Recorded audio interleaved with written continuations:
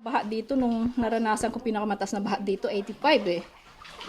Ao Marmito lived in Zambales all her life. She has no words to describe the devastation. The floods are gone, leaving the houses almost destroyed. Food is scarce. Everyone was unprepared. Tapos mga bandang mga alas 8, alas 7. Yung kami mga kapitbahay namin, umakyat na sa bubong namin kasi second floor kami eh. Umakyat na sila sa bubong namin. Walang mga rescue eh.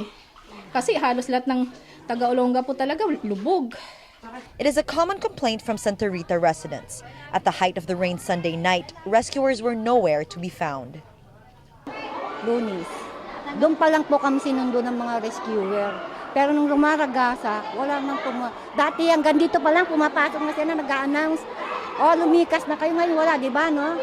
Olongapo City was declared under a state of calamity Monday, September 23, after 16 of 17 barangays were affected by monsoon rain. Local government says it is the worst flooding the city has ever seen.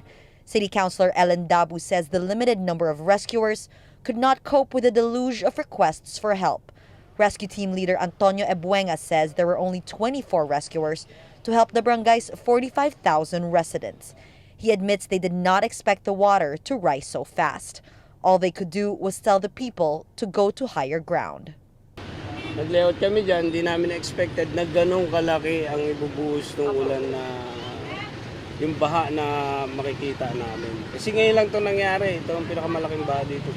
Hindi kami makapag-penetrate dahil sa lakas talaga ng current papasok dyan sa loob dyan. Dahil kasi masyado mababa yung puro puno eh. Mababa ang lugar na yan, kaya hindi kami makapag-penetrate. Pumasok man po kami dyan, hindi na kami makakalabas.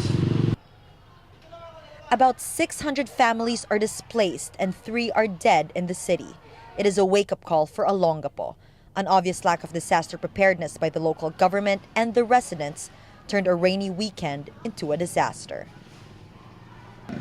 Locals are appealing for food, mattresses, and clothes, all of which were swept away during the floods. But their number one need is drinking water. With resources and livelihood gone, rebuilding their homes is only their second priority to finding their next meal. Natasha Gutierrez, Rappler, Olongapo City.